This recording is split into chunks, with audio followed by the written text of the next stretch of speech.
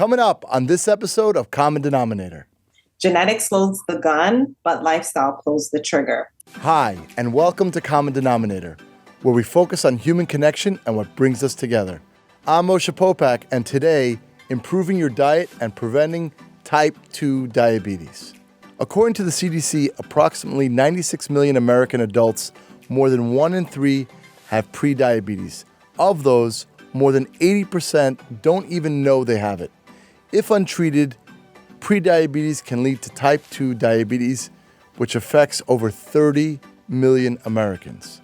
My guest today is Kim Rose, a dietitian and diabetes expert. She'll talk about what causes diabetes, what some of the symptoms are, what you can do to prevent it, and how to significantly improve your quality of life starting today. First, a quick reminder that if you like the show, please subscribe and follow me on social media at @mpopack. Now, here's my conversation with Kim Rose. Enjoy. Hi, Kim. Welcome to Common Denominator. Thanks for having me. I'm excited to be here. So, Kim, what is your guilty pleasure food that you really should not be eating, but you can't do without? Oh, you would ask me this, wouldn't you?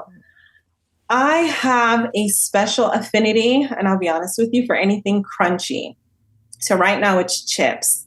It's actually a jalapeno corn chips, only made with 6 ingredients. Love it. All the ingredients I can pronounce. So it's really chips. Okay, now that we've gotten that out of the way, let's talk about type 1, type 2 diabetes and how we can make better choices. Tell us the difference between type 1 and type 2 diabetes. Sure. So let me actually start off with what is diabetes, because a lot of people don't know what it is.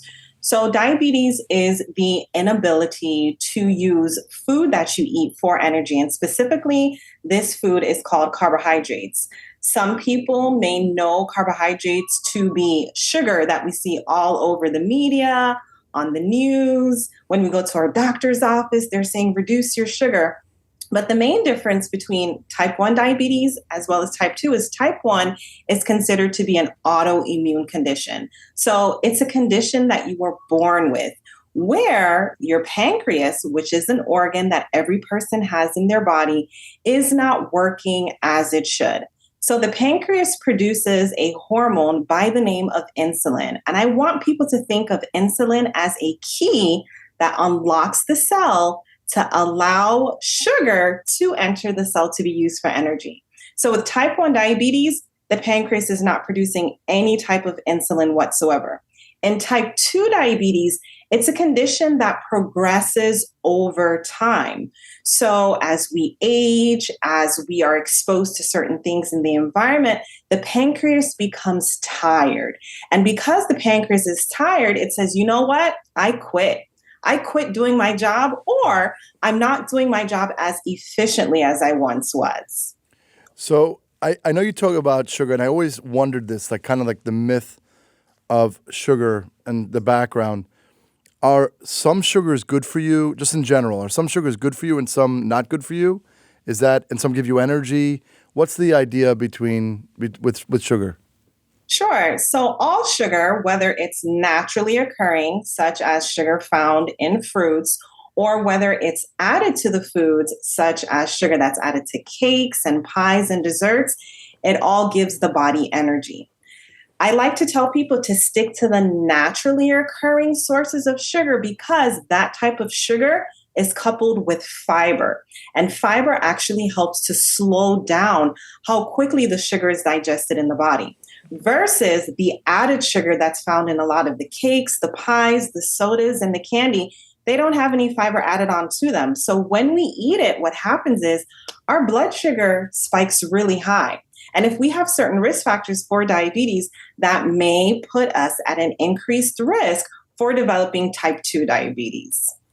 And so type 1, since you're born with it, type 1 diabetes, is that, do you have to start taking insulin as a young child? Is that all throughout your life? If that's your kind of autoimmune disease, is that the way it goes? That is a very good question. So yes, with type 1 diabetes, you actually do have to take insulin your entire life because we cannot survive without insulin. Something that I find to be very interesting, and it's actually an uptick that I'm realizing in my private practice, is type 1 diabetes. Even though you're born with it, some children may develop type 2 diabetes. I'm finding a lot of adults in their 30s, 40s, 50s, and 60s that thought, hey, I had type 2 diabetes. They actually have type 1 diabetes.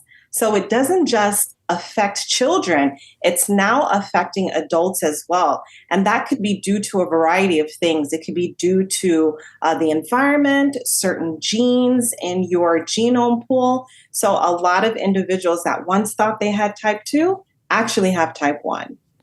So let's look at type 2 diabetes for a second. What are contributing factors? You're living a healthy life, and all of a sudden one day your doctor tells you, you know what, you have type 2 diabetes. So what are the things, I guess, to avoid that you don't get diabetes? Because I know 1 in 3 adults has some sort of diabetes. Yeah. So I think it's important for us to understand our risk factors. So when we are thinking about type 2 diabetes, there's certain risk factors that put us over the edge. Some risk factors we can control and some risk factors we can't control. So the ones that we cannot control is our age. Individuals 45 years or older have a higher risk of developing type 2 diabetes.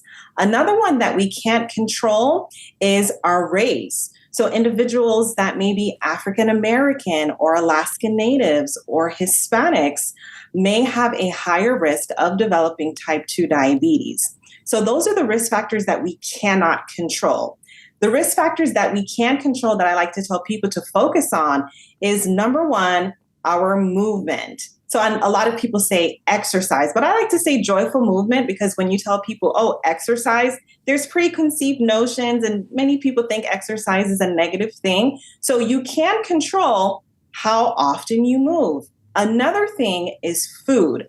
Food is so important. We can control what we bring to our mouths and what we don't.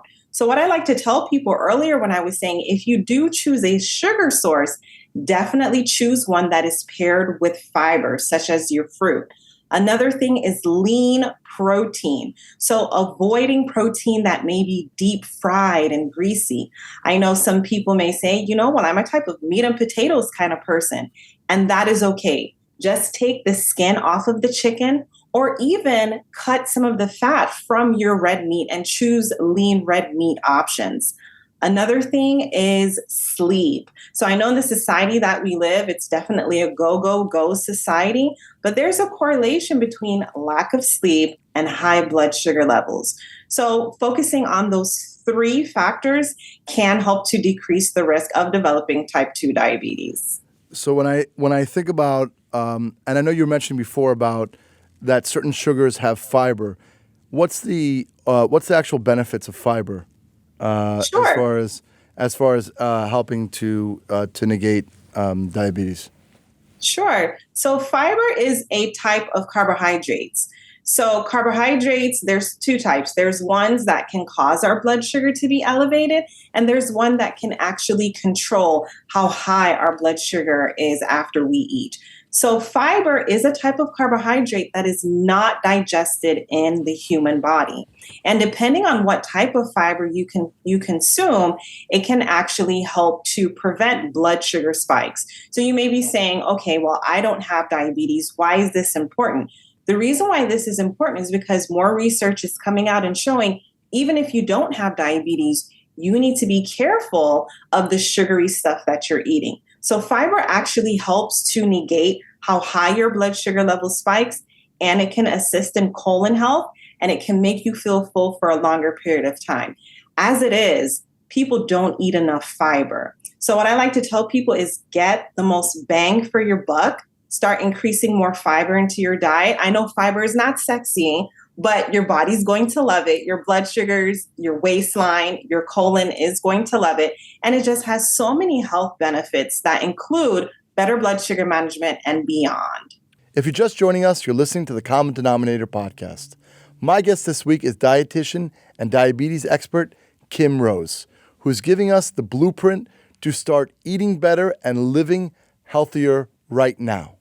Next week, I'll chat with Dr. Marielle Bouquet, a psychologist and expert in intergenerational trauma. She'll explain how trauma gets passed down from generation to generation and how you can break the cycle and heal yourself.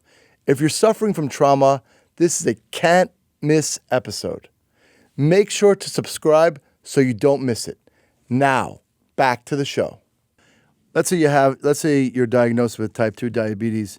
Is there a way through maybe a different type of regimen? I always look holistically. It's kind of like my health mind. I always, we want to, in a Western society, it's always like, the quick fix of the pharmaceutical. But from your experience, are there ways, I guess, to avoid insulin if you've been diagnosed with type 2 diabetes? Maybe you just have certain protocols. Is that possible? That is a very good question. And the reason why I think it's a good question is because diabetes is a progressive condition. So what I mean by progressive condition is if you had diabetes 1 year versus you're someone that has been living with the condition and you're aging over 20, 30 years, then the body may need a little more assistance. And the reason for that is because with time, with age, the pancreas gets tired. And as I mentioned earlier, sometimes it stops doing its job altogether, or it's not doing its job effectively and efficiently. And you may need medications in the form of pills or even insulin. So if someone really wants to decrease their risk of complications with diabetes, this is what I say. There's actually a few things. Number one, focus on your sleep. According to the Sleep Organization, adults should be getting between 7 to 9 hours of sleep each night. And the reason for that is because a lack of sleep causes our body to release a lot of stress hormones. And when our stress hormones are released, this causes the liver that stores sugar to dump a lot of sugar into the bloodstream. And the reason why the body does that is because the body is saying, I'm tired, I need energy. So let me go ahead and dump all of this sugar into the bloodstream and also start giving you cravings for sugary food. So number one, focus on your rest. Number two, I always like to tell people, again, thinking outside the box, because when people think of diabetes, they only think of food, is focus on stress management. Stress is important because when we're stressed, it's either fight or flight response. So set boundaries, focus on stress. Number three, the foods that you are eating. So if you're eating a lot of fast foods, if you're eating a lot of fatty foods, high carb foods, instead what I want you to do is to make sure that 1/2 of your plate is vegetables, 1/4 of your plate is protein, and the other 1/4 of your plate is any carbohydrate of your choosing. That is called portion control. The next thing is movement. If you don't like to dance, don't dance. Go ahead and walk. Go ahead and garden. Go ahead and get on your hands and knees and give that grout, that towel grout, a deep cleaning. Any type of movement helps. I know that we're plugged into social media a lot. We're plugged into the television, but definitely moving your body and eliminating how frequently you're sitting can help to decrease the progression of diabetes, and it may actually help to delay if you need medications or insulin. So those are some lifestyle modifications. No, for sure. I think one of the things that my wife and I, our program that we sponsor is called Neighborhood Farms, and basically, it's two things to exactly your point. One, it's getting the kids and parents out and creating these community gardens in kind of low income communities and just general workforce housing. So they're doing two things. One, they're moving, right? They're moving. They're also connecting with social beings. So they have the opportunity to connect. Yeah. And then all the fruits and vegetables that they grow from these garden beds, the residents get to keep it. So I definitely see eye to eye on that point. My wife and I believed when we were younger that a piece of white bread with grape jelly and a can of Coke is good breakfast. So we've learned other ways. I'm a big advocate of instead of waiting till you have to take the pharmaceutical, especially, right? That's so definitely agree with that about the food and the movement. Yeah, I was going to say with the community gardens, that is it's so important because too, there's research that shows that because of disparities in health, social standards, social determinants of health, individuals in certain communities have higher rates of diabetes, not because of their genes, not because of the environment that they grew up in, but simply because they had lack of access to healthy foods. So the fact that you're starting these community gardens, which is really a trending topic in my field, I wish I could give you a high five right now. Thank you. Yeah, it's definitely super important. I mean, hopefully, we'd like to roll it out throughout Florida and then nationwide. More and more people are catching on. People I talk to about it, they're all super excited, and it's just food, shelter, clothing, right? So it's like the shelter and the food side, and so hopefully it'll be great. I want to think for a second, because I know certain family members in my family, certain family members in my wife's family, and friends, they do have type 2 diabetes. Is there kind of an early detection, early way maybe to check the pancreas or okay, so then doctor says, okay, you have early signs of possibility of type 2 diabetes and you have to change. So what are different methodologies or warning signs that come up? I think that's a great question. And as I always say, genetics loads the gun, but lifestyle pulls the trigger. So something that I like to encourage people to do is to go to their doctor and get your labs tested. One of the labs is called the hemoglobin A1C, also just simply known as the A1C. So it gives a 3-month indicator of how well your blood sugars are being managed. And the reason for that is because the red blood cells hold on to sugar. So the A1C is a great test. So something that I like to tell people to do is get the A1C tested because you're able to track your trends. If you notice that your A1C is creeping towards a 5.6, 5.7, then that means you're entering into the prediabetes stage when the CDC, Center of Disease Control and Prevention, states that prediabetes can be reversed. Type 2 diabetes, there's no research that shows that it can. So getting your A1C checked to notice, is it going up? Is it being reversed? Is it staying the same? And once you realize what your hemoglobin A1C is, even if you don't have diabetes, please advocate for yourself. Ask your doctor to get that A1C tested. I know I have to fight with my doctor for it. He's like, Kim, you don't have diabetes. I understand, but you work for me and I'm the patient. So I want my A1C to be tested. So once you realize where your A1C is, the first thing I like to tell people to do is you can enjoy the foods that you like because foods don't have to taste like cardboard and sadness, but please include more fiber in your foods. Focus on your fruits, focus on your veggies. I don't care if they're fresh. I don't care if they're frozen. A veggie is a veggie. Find out what is the most cost-effective option for you. And the reason for that is because we don't consume enough veggies as is. The next thing is focus on lean protein.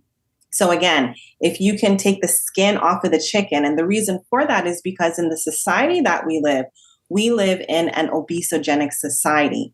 So as we start accumulating fat, this causes insulin resistance, which leads to prediabetes and type 2 diabetes if you don't start curtailing your appetite as well as moving more. So again, the 3 steps: get your A1C tested, focus on fiber up, and then the next thing to do is lean protein, and then finally start moving your body. Is there, is in other words, if someone has like genetic predisposition to diabetes, and we know that, is there, that means that it seems to me that eventually they're going to get diabetes, or is that not the case? I mean, nope. Right. Nope, that is not the case at all. Genetics loads the gun, but lifestyle pulls the trigger.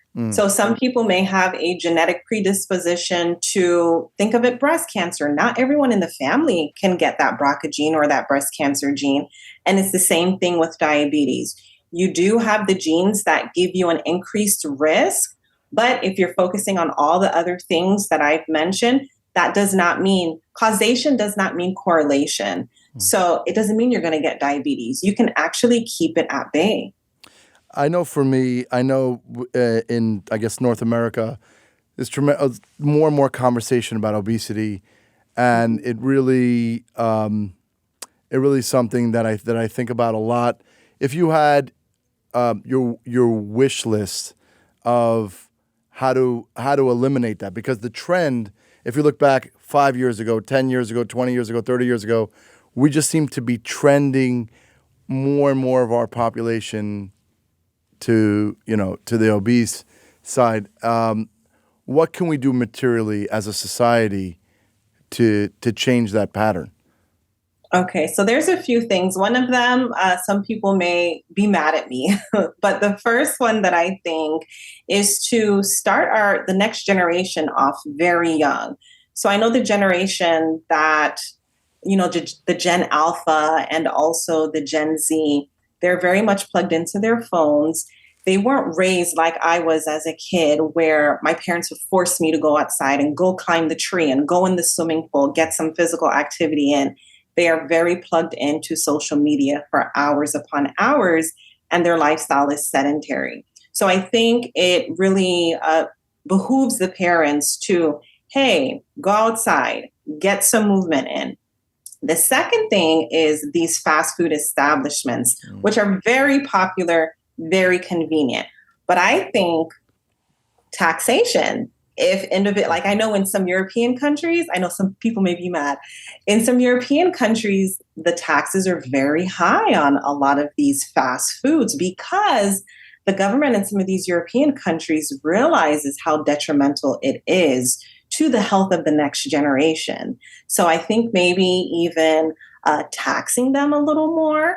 I know that some of these fast food establishments have dietitians on the team, and the dietitian hands may be tied. But really relying on these foods on a daily basis can impact our health. Every once in a while, it's fine. If you're traveling, if you're in a pinch, because again, the convenience is there and food doesn't have to taste like cardboard and sadness. But those are the really two things I really like to mirror on. I wish there was like a veggie queen on every corner, like Dairy Queen, but instead like veggie queen. Sure. That people can go and just pick up fresh produce. I wish there was one in every corner, but to be honest with you, it's not there. And I think it's because of savvy media marketing that people want, or people think that veggies and fruits are unattractive and they're boring, but we need to put the sexy back in those plant-based foods. Couldn't agree more. I am also realizing, for instance, let's say I'll be in Europe, the taste of a strawberry or the taste of a tomato, in America, it just, and if you just close your eyes and think about it, it tastes less than it used to even 10 years ago. But plus the quality of our fruits and veggies, yes, I do believe fruits and veggies are better than candy bar or can of Coke again.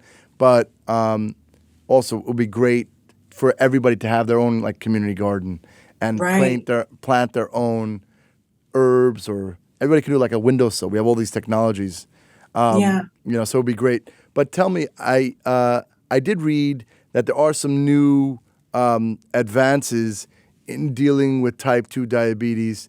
Tell us a little bit about that. Yeah, so one of the new advances, there's actually two that come to the top of my mind. Number one is gut health. And the reason why gut health is important is because we have trillions of tiny living organisms in our gut. And when we actually feed the good gut bacteria by foods that have probiotics in them, such as our fruits and our veggies, and also fermented foods like kimchi and yogurt and other foods of that nature, it causes them to flourish. And once they flourish, the bad bacteria that is linked with your health, diabetes, heart disease, obesity, they tend to shrink and their numbers are very minimal. So one of the new advances in treating diabetes is by focusing on gut health. Literally, you are what you eat. So if you're eating more of the calorie-dense food, the fried foods, the greasy foods, the sugary foods, the bad bacteria is flourishing, which causes an increased risk of metabolic illnesses. Another thing is a device. It's a medical device, and it was once thought to be only for individuals that had type 1 diabetes, but it's called a continuous glucose monitor. So it's attached to you for a period of time. I know some companies do 14 days, some do 10. And it tells you, like, hey, you ate corn. Let's see what corn does to your blood sugars. Or, hey, you ate this candy bar. Let's see what the candy bars does to your blood sugars. So it gives you real data to show how you specifically tolerate certain foods. So if individuals come to me and they say, Kim, I have type 2 diabetes. My doctor told me to avoid potatoes, avoid corn. I let them know, well, everyone's gut health is different. So let's ask for a CGM, continuous glucose monitor, to see how your body processes these things, how the good gut bacteria is handling these specific foods. So I think that's a real advance that is really taking storm in the type 2 diabetes space, because I know a lot of insurance companies kicked back and said, type 2 diabetes, you don't need a CGM, but it's giving great information that's unlocking a lot of problems. Yeah, I know. Just talking about, like, thinking about the insurance companies, I know there was this whole debate when the pharmaceuticals were just recently, right? When they were coming up with different pricing, and insulin, which is like the number one, right? We talked about that before. 1 in 3 adults have to have a type 1 or 2 diabetes, and the pricing did not come down, right? They capped different pricing, so we have to just work to avoid it. And I'm also a big fan of probiotics and gut health for sure. But I wanna ask, which I ask every guest, what is something that you're grateful for? I'm always grateful for the small things in life. I'm grateful for the ability to move my body. This morning, didn't want to go to the gym. I'm tired. So what I did is I took a long walk and I got some sun, vitamin D, because vitamin D helps with blood sugar management as well. So I'm just thankful for the ability to move my body. That's really special. And also, and it could be anything, what is something that people don't know about you? One thing people don't know about me, I guess my accent deceives me, but I'm actually from Jamaica. Beautiful island, nice Caribbean weather, 80-something degrees all the time. So I'm an island girl. Big fan of Jamaica. That's beautiful. So I wanted to say, Kim, this has been really informative, really great. How can people learn more about you and follow you on social? Yeah, so they can actually go to my website, kimrosedietitian.com. So there I have some resources for people to just start on their blood sugar journey. Even if you don't have diabetes, be concerned about your blood sugars and how food impacts you. So kimrosedietitian.com is really the one-stop shop. Thank you so much, Kim. It's been great. Thank you. Thank you. Hope you enjoyed my conversation with Kim Rose. Next week, I'll speak with trauma expert Dr. Marielle Bouquet. She'll explain how your trauma may have been passed down from your parents and grandparents, offer expert tips on how you can heal yourself, and provide strategies to make sure you don't pass any trauma you have on to your kids. Please subscribe to the show so you don't miss an episode, and follow me on social media at @mpopack. Have a great day, and I'll talk to you again soon.